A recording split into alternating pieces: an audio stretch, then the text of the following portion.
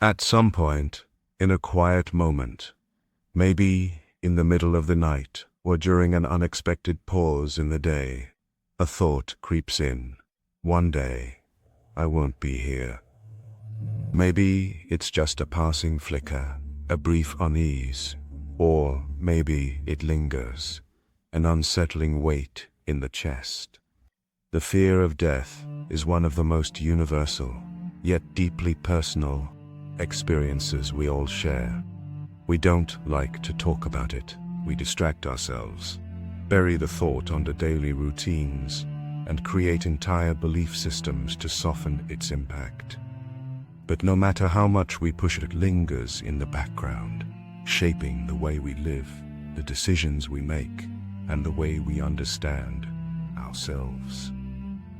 But why? Why does death terrify us so much? On the surface, the answer seems obvious, because it's the end of everything we know, everything we love, everything that makes us who we are.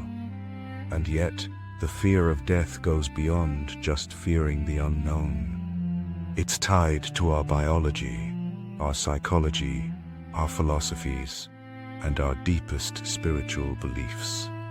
Some fear the pain of dying, others fear the emptiness that might follow, while some fear leaving things unfinished. At the same time, there are those who claim they don't fear death at all. Spiritual traditions tell us it's just a transition, a doorway to another existence. Some philosophers argue that fearing death is irrational.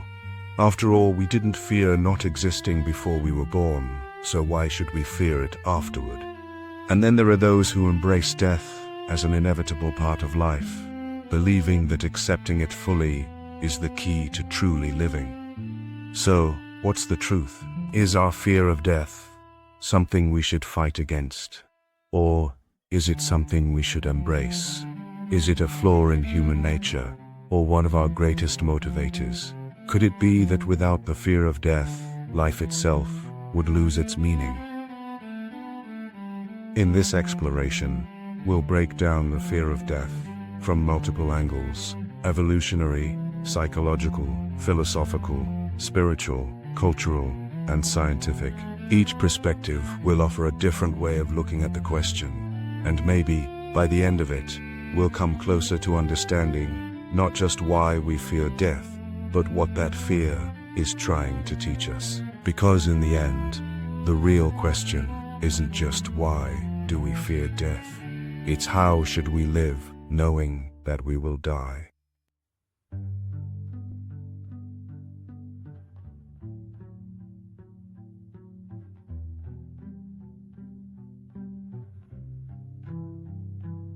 If there's one thing nature is obsessed with, it's survival. Every living thing, from the tiniest bacteria to the most complex human, exists because it successfully avoided death, at least long enough to reproduce. The fear of death, then, isn't just some abstract human anxiety. It's a fundamental part of how life itself operates. For early humans, this fear was a life-saving instinct. Imagine two ancient hunters, one who was hyper-aware of danger, flinching at every rustling leaf, and another who wandered fearlessly into the unknown. Which one was more likely to survive long enough to pass on their genes? Over millions of years, natural selection favored creatures that were cautious, alert, and, yes, afraid of things that could kill them. This instinct isn't unique to humans. Animals, too, have survival mechanisms deeply embedded in their behavior. A gazelle doesn't philosophize about death, but it still runs from a lion. A rabbit freezes in place to avoid being seen by a predator. Even insects have built-in responses to threats. But here's the key difference. While most animals fear immediate danger, humans fear the idea of death itself. That's where evolution may have given us a cruel twist. Our ability to think abstractly, to remember the past and imagine the future. has allowed us to build civilizations, create art, and ask deep philosophical questions. But it also means we can anticipate our own death, not just in the face of immediate danger, but at any time. We don't need a lion in front of us to feel fear. We can simply think about our mortality, and suddenly, it's as if the predator is right there, lurking in the shadows of our mind. This is what makes human fear of death unique. It's no longer just about survival. It becomes a psychological weight, something that shapes our entire approach to life. Some scientists believe this fear is the hidden force behind much of human behavior. Our need to leave a legacy, to create meaning, to strive for greatness. Could it all just be a response to the knowledge that one day we won't exist? If that's the case, then maybe the fear of death isn't just an unfortunate byproduct of evolution. Maybe it's the very thing that pushes us to live.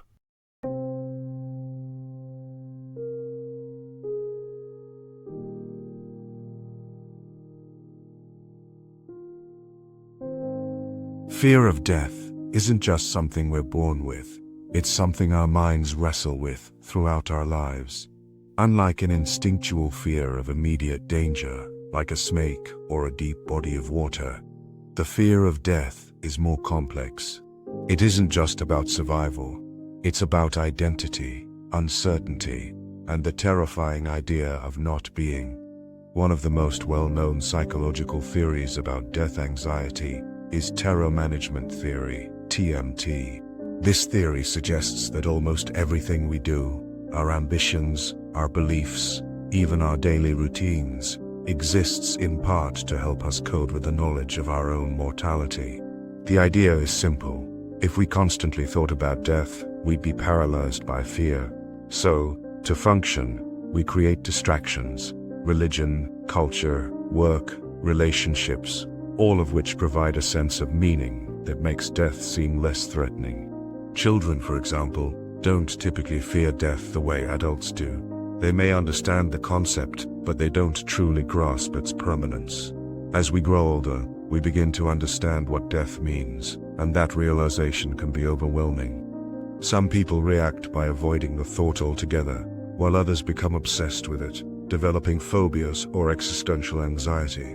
Psychologists have found that how we handle the fear of death is often tied to our personal experiences. Those who have had near-death experiences, lost a loved one, or faced serious illness tend to think about death more often, but not always in a negative way. Some find that facing death directly helps them appreciate life more deeply, while others spiral into fear and avoidance. Interestingly, studies show that reminding people of their own mortality can change their behavior. When people are subtly reminded of death, for example, by walking past a cemetery, they tend to cling more tightly to their cultural values, become more defensive of their beliefs, and seek out things that reinforce their sense of purpose. It's as if the mind, when confronted with death, scrambles to find something, anything, that gives life meaning. If the fear of death is universal, then philosophy has been humanity's way of answering it. For thousands of years, thinkers from all over the world have asked the same question. What does it mean to die, and how should we live knowing that we will? At the heart of this discussion is existentialism, a branch of philosophy that confronts the reality of our mortality head-on. Thinkers like Jean-Paul Sartre and Martin Heidegger argued that the fear of death isn't just about dying, it's about the fear of meaninglessness. If life has no inherent purpose, and if death erases everything we are, then what's the point? That's the terrifying thought that haunts us. But existentialists didn't see this as a reason to despair. In fact, they saw it as an opportunity. If life has no predetermined meaning, then we have the freedom to create it. Sartre believed that death gives weight to our choices. It forces us to take responsibility for how we live. Without death, life would be meaningless. It would stretch on infinitely, with no urgency, no need to make decisions, no reason to act. In a strange way, it's because we die that life matters at all. Other philosophers, like Epicurus, took a different approach. He famously argued that fearing death is irrational, because when we are here, death is not, and when death is here, we are not. In other words, we will never actually experience being dead, so why worry about it? We didn't fear the time before we were born, so why fear the time after we die? Yet, despite these logical arguments, the fear persists. Even if death is natural, even if it gives life meaning, there's still something deeply unsettling about it. Maybe it's not just about losing life, but about losing ourselves. Who am I, if one day I will simply disappear? This is where Eastern philosophy offers another perspective. Buddhism, for example, teaches that the self is an illusion. The idea that we are a permanent, individual being is false. Everything is in a constant state of change. Death is not the end of a fixed identity, but just another transformation in the endless cycle of existence. If we let go of the illusion of a separate self, death loses its grip on us. So, where does this leave us? Should we accept death as the thing that gives life meaning? Should we let go of our fear by embracing the idea that we were never truly separate to begin with? Or should we follow Epicurus and just ignore death altogether? Perhaps philosophy doesn't give us a single answer, but instead, it gives us the tools to ask the right questions. And maybe, in the end, that's what really matters.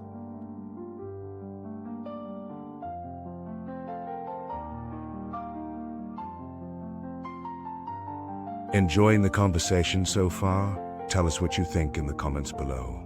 Don't forget to like the video and subscribe to our channel for more philosophical inquiries into what makes us human.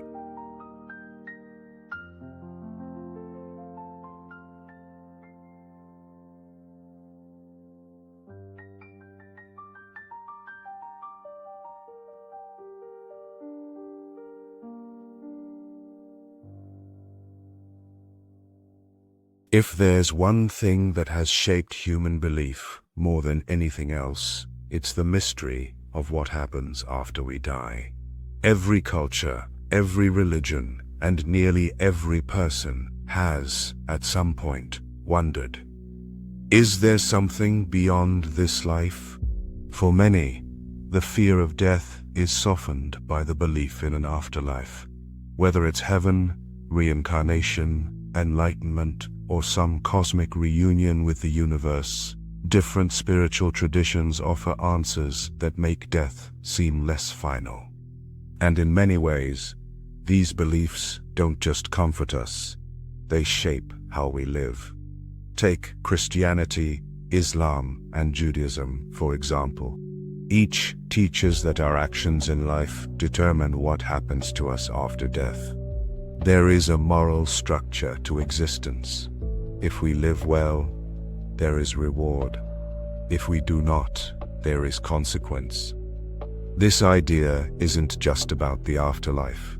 It gives life itself meaning. It makes our struggles, our pain, and our choices feel significant in the grand scheme of things. In Hinduism and Buddhism, the cycle of reincarnation suggests that death is not the end, but a transition. Life and death are part of a vast, interconnected flow. The fear of death is seen as a form of attachment, something we must transcend in order to reach enlightenment.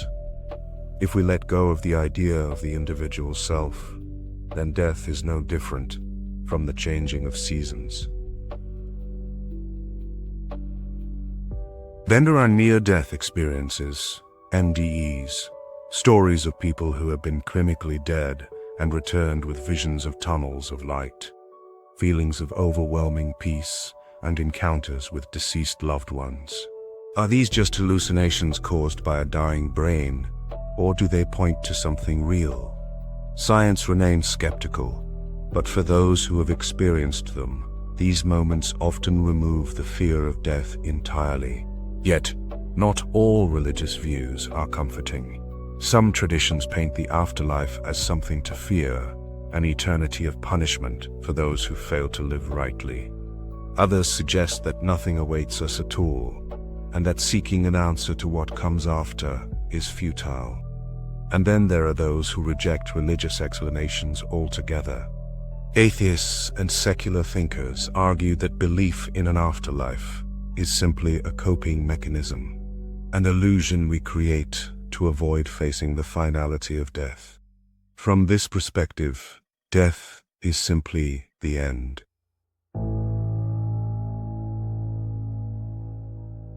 The way we fear, process, and even celebrate death isn't just personal. It's shaped by the culture we grow up in. Some societies treat death as something tragic and terrifying, while others see it as a natural, even honorable transition. The stories we tell, the rituals we practice, and the way we handle grief all reveal what a culture truly believes about life and its inevitable end. In Western societies, especially those influenced by modern secularism, death is often treated as something to be avoided at all costs. The elderly are placed in care homes, funerals are somber, and conversations about death feel uncomfortable, even taboo. It's as if ignoring death will somehow make it disappear. Medicine and technology are pushed to their limits in an effort to extend life, and youth is idolized as the peak of existence. Here, death is seen as a failure, something unnatural. Then, there are cultures that see death as honorable. In ancient societies, like the Vikings and samurai Japan, a meaningful death, one in battle, one in service to honor, was more desirable than a long, ordinary life. The idea that one's legacy outlives the body is still strong in many cultures today. Even in modern military traditions, the concept of dying for one's country is framed as heroic. But while some cultures romanticize death, others see it as a tragedy to be resisted at all costs. The ancient Egyptians built elaborate tombs and pyramids in an effort to cheat death, ensuring their place in the afterlife. In today's world, transhumanists and Silicon Valley visionaries work on life extension technology, hoping to make death obsolete through science. Some believe that with the right advancements, we might one day live indefinitely, turning the fear of death into nothing more than an outdated problem from the past. So which cultural approach is the right one? Should we resist death or accept it? Should we fear it or celebrate it? Perhaps the way a culture handles death tells us more about how it values life. If we fear death too much, we may never truly live. But if we embrace it too quickly, we may not appreciate the preciousness of the time we have.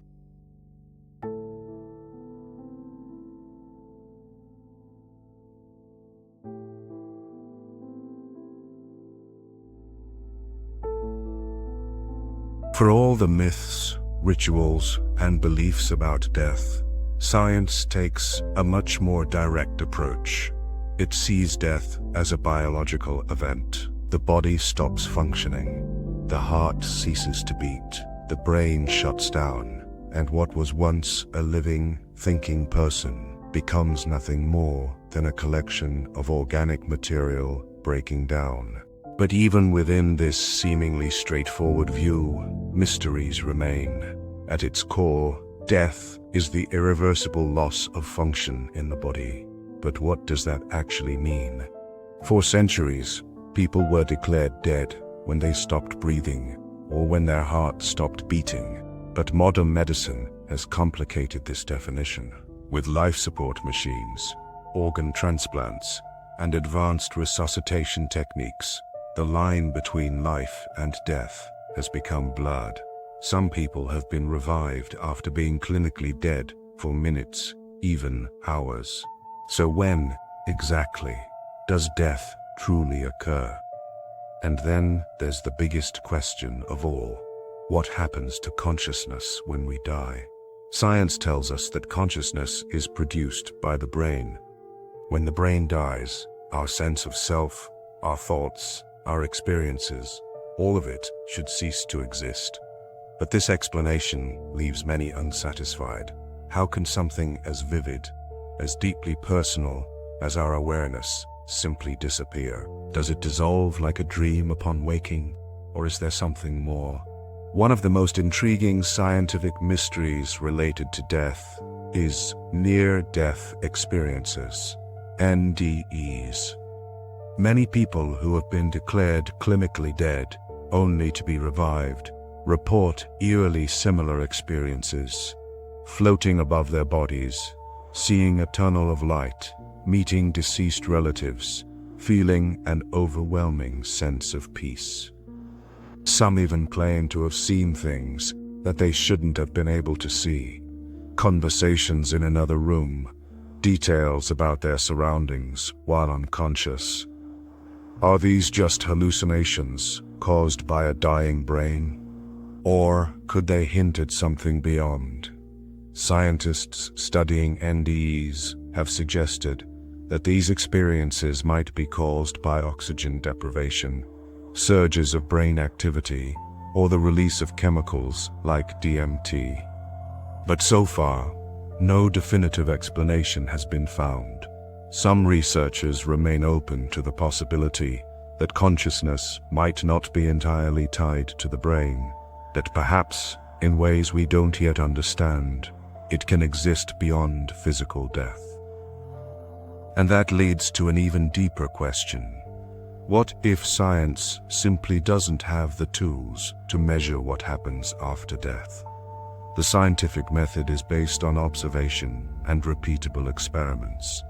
But death, by its nature, is a one-way journey, one that no one has ever truly come back from. If there is something beyond, it may exist outside the realm of what science can currently study.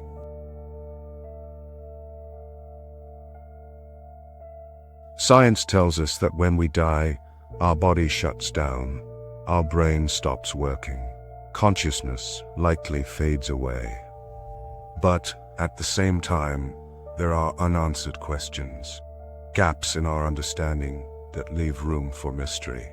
Maybe death, like life itself, is something we are not yet meant to fully understand. What do you think? Can consciousness exist after the physical body has deteriorated? Or does consciousness simply cease to exist after life has ended, returning to the way it was before we were born? Tell me your thoughts in the comments section below, and don't forget to subscribe to our channel for more mind-bending videos.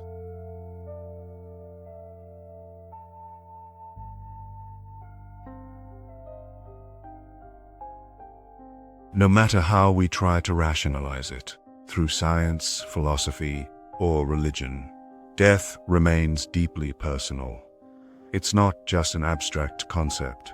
It's something that touches all of us. We lose loved ones. We grieve. We wrestle with the knowledge that one day we too will face it. But how we emotionally deal with death varies greatly from person to person. Some people face death with acceptance. They see it as a natural part of life, something that gives meaning to every moment. For them, the fear of death is not paralyzing, it's motivating. It pushes them to live fully, to embrace experiences, to cherish relationships. There's a quiet peace in knowing that life is fleeting, that it must be appreciated while it lasts. Others, however, struggle with the fear in a more profound way.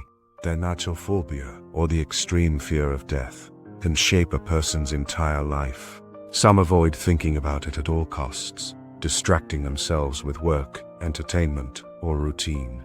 Others develop obsessive fears, constantly worrying about illness, aging, or the safety of their loved ones. For them, the knowledge of mortality is not just a fact. It's an unbearable weight. And then there's grief, the deeply personal, often unpredictable process we go through when we lose someone we love. Grief reminds us that death isn't just about the person who dies. It's about those who are left behind. It's about learning how to live in a world that suddenly feels emptier. And grief doesn't follow a neat timeline. It comes in waves, sometimes when we least expect it. But what if, instead of running from these emotions, we allowed ourselves to sit with them, to fully feel the weight of our own mortality, not as something to fear, but as something that connects us to every other living being? What if, instead of seeing death as an enemy, we saw it as a teacher? There's a reason why so many who have faced death, whether through illness, near-death experiences, or losing someone close, describe it as transformative. When we stop denying death, when we confront it directly, something shifts. We stop postponing joy. We stop holding back. We realize that the things we once worried about, money, status, ego, mean very little in the face of time. So maybe the real question isn't just why we fear death, but how that fear shapes our lives. Do we let it paralyze us, or do we let it inspire us to live more deeply, love more fiercely, and make the most of the time we have? Because in the end, the fear of death is really just the fear of not having truly lived.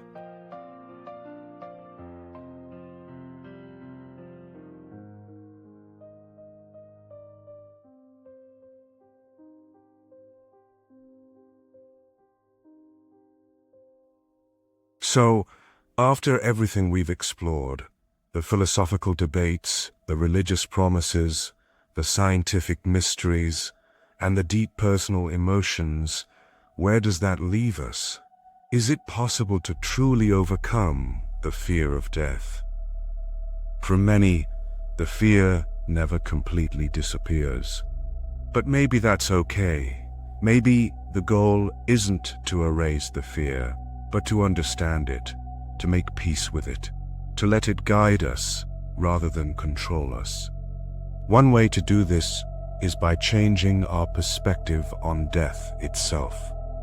What if we stopped seeing death as something that happens to us, and instead as something that gives life its depth? Imagine a book that never ended, a song that played forever. Without an ending, would they have meaning? Maybe death isn't the enemy of life, but the very thing that makes it precious. Then there's the idea of legacy. While our physical bodies may disappear, the effects of our existence ripple outward. The people we've loved, the kindness we've shown, the art, ideas, and stories we leave behind. These things extend beyond us.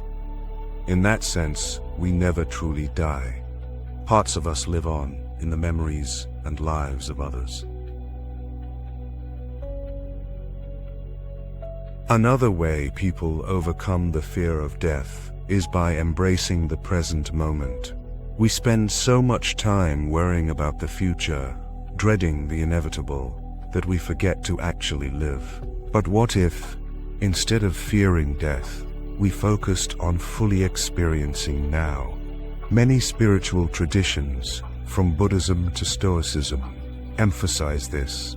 Life happens in the present, and when we learn to truly live in it, death loses its grip on us. And then, of course, there's the simple but profound truth that we are not alone in this fear. Every human who has ever lived has faced it. Great thinkers, artists, leaders, they all walked this path before us. If they found ways to live fully despite death's certainty, so can we. In the end, maybe the key to overcoming the fear of death isn't about answers at all. Maybe it's about learning to ask the right questions. How do I want to live knowing that my time is limited? What truly matters to me? What am I afraid of leaving undone? Because if death is inevitable, then the only real choice we have is how we live before it arrives. Maybe we never completely silence the fear, but maybe, just maybe, we can transform it into something else. Something that reminds us to love more deeply, to be present, to chase our dreams, to make our time count. And if we can do that, if we can live in a way that when the time comes, we can say we truly lived, then perhaps we will have already defeated death.